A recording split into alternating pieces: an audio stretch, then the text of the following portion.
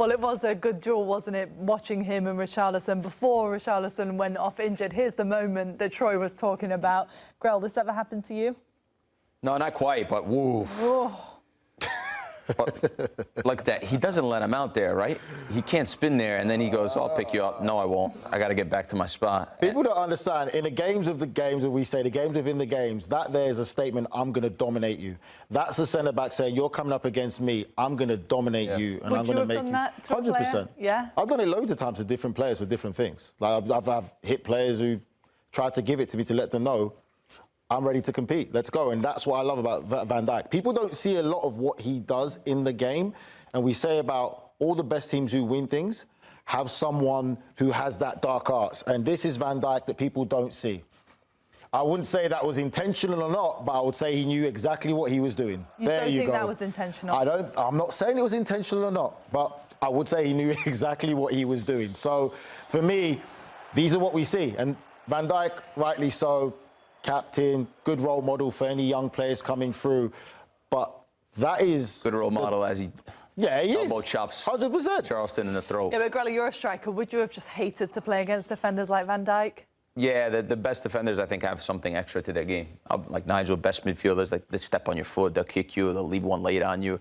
There's the game within the game, within the game. Obviously, I didn't see that angle, that one, but that could have probably been reviewed. Right? And maybe it would have changed the game, or at least made it more interesting. But yeah, I think all the little games. Those are the games, because there's some players that where if Van Dijk does that to, I guarantee you they will not go next to Van Dijk for the rest of the game. They'll go somewhere else or hide somewhere else. So it's a way of, let's see how strong you are. I could play football, I can be physical with you, we can have it everywhere you want it. And the best teams have a few players like that who will get you all the way through over the line to win titles and win competitions. Meanwhile, on the attacking side, it looks like nothing can faze Mo Salah right now. Obviously, we talked about the numbers that he's putting up being absolutely fantastic this season. I mean, I suppose Virgil van Dijk and Mo Salah, with performances like these, they're proving their worth, aren't they? Is this just increasing the pressure to the Liverpool board to get these contracts done? I don't feel there's any real pressure on the Liverpool board to get it done. I think they've shown us already by how they've handled this situation. Mo Salah's not been a very vocal player most of his entire career, and now he's become very vocal. I think Mo Salah wants to stay a lot more, which I think puts advantage in Liverpool Football Club's favour. So for me, I always feel, and I'll still stick to it, it's harder to replace a player like Van Dijk than Mo Salah. And I understand people say, oh, you're crazy scoring. No problem. He's having a great run right now. There's no guarantee we'll have the same run next year or the year after. When you talk about Van Dijk, it's hard to coach those type of players to see danger and make it look so effortless. Look, I think with Salah, he's obviously got a lot of quality, and when you play this way, you have to put away your chances. And this is what he's done in 23 matches, 15 goals, 5 assists. Against Tottenham.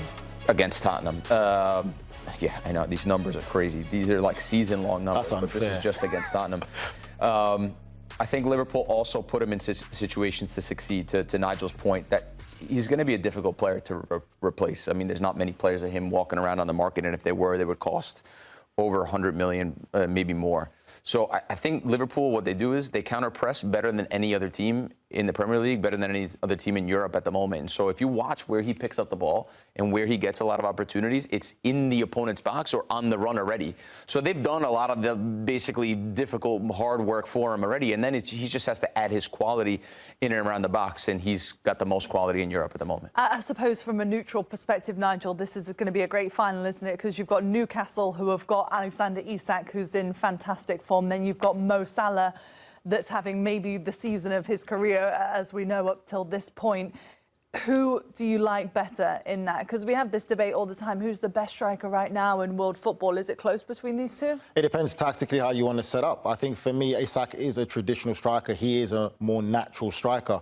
Mo Salah is the evolution of the game of football that we see when the likes of Thierry Henry playing out wide, not the focal point, not the main man as a Chris Wood is for Nottingham Forest. So for me, how I like to play, I would say Isaak will probably be the one that I pick from how I like to play football, my tactical thing, but not taking anything away from Mo Salah. He's a special talent, but he's not a traditional striker. He's probably a goal-scoring winger or wide player, so you've got to give him credit for what he's doing from his position.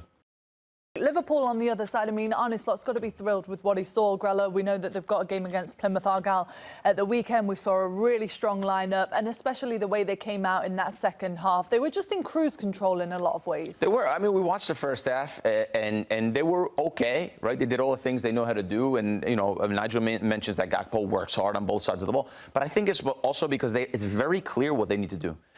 Everyone has a very clear responsibility and role within the team, right? So you work within that role the best you can, and I think that's super helpful to them. Then in the second half, once they get going, they start getting numbers forward, they start running.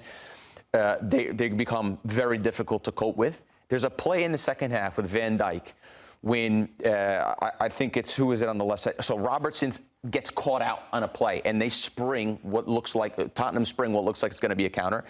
And not Van Dijk, instead of biting like most center backs would have done, going out wide. Now, when he goes out wide, everyone's got to go out wide, right, and make this crazy shift. Van Dijk jogs back with his long strides, slow, stays in, delays, lets Robertson, who looked like his butt was on fire, flying 40 yards back to come back and reconnect to the line. And Tottenham go, okay, there's not really an advantage here, and they go back around. That little play alone shows you how you play when you commit numbers forward, because Robinson was coming from an overlapping run.